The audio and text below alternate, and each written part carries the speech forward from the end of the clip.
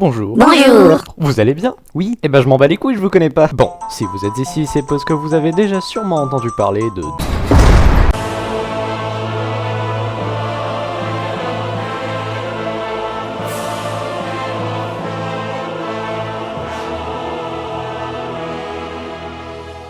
Bon, mais alors, Donjons et Dragons, c'est quoi? Eh bah, c'est tout simplement un jeu de rôle. Changement de séquence inattendu. Un jeu de rôle, c'est tout simplement un jeu où vous incarnez un personnage de votre création dans un univers fictif.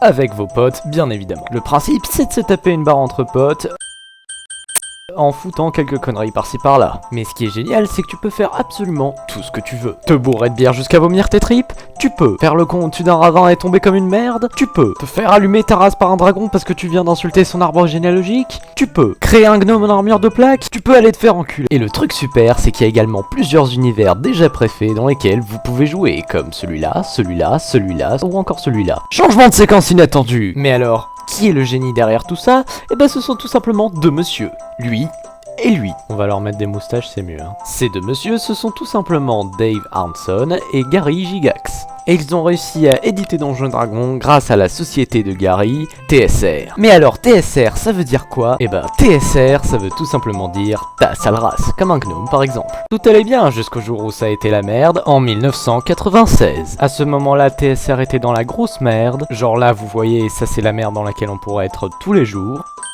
Et ça, c'était la merde où ils étaient eux. L'éditeur de jeu Wizards of the Coast a alors acheté TSR, et donc Donjons et Dragons aussi. Et ce qui est génial, c'est que beaucoup d'autres œuvres qui ne sont pas des jeux ont été faites autour de Donjons et Dragons. Comme par exemple ce magnifique film d'animation autour de l'univers de la Dragonlance, où il y a un excellent contraste de dessins qu'on dirait avoir été faits par un enfant de 5 ans qui dessinait avec le cul, et des modèles 3D qui pourraient avoir été faits par quelqu'un qui faisait une crise d'épilepsie sur son clavier. Mais là où ce dessin animé est intéressant, c'est que, tout comme dans le jeu, les personnages peuvent faire des erreurs. Tenez par exemple, regardez cette séquence.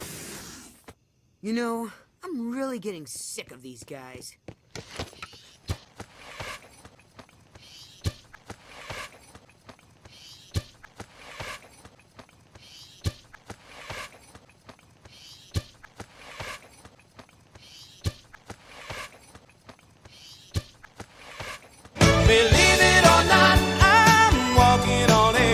Donjons et Dragons est donc en somme un super jeu de rôle et sûrement le plus connu, malgré quelques petites erreurs de parcours qui restent quand même considérables.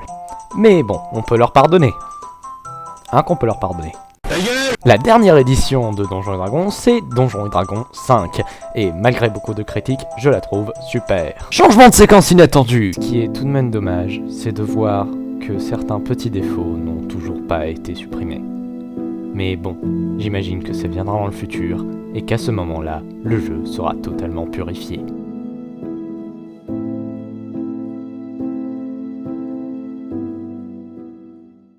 Attendez une minute. Mais qu'est-ce que c'est que cette merde ?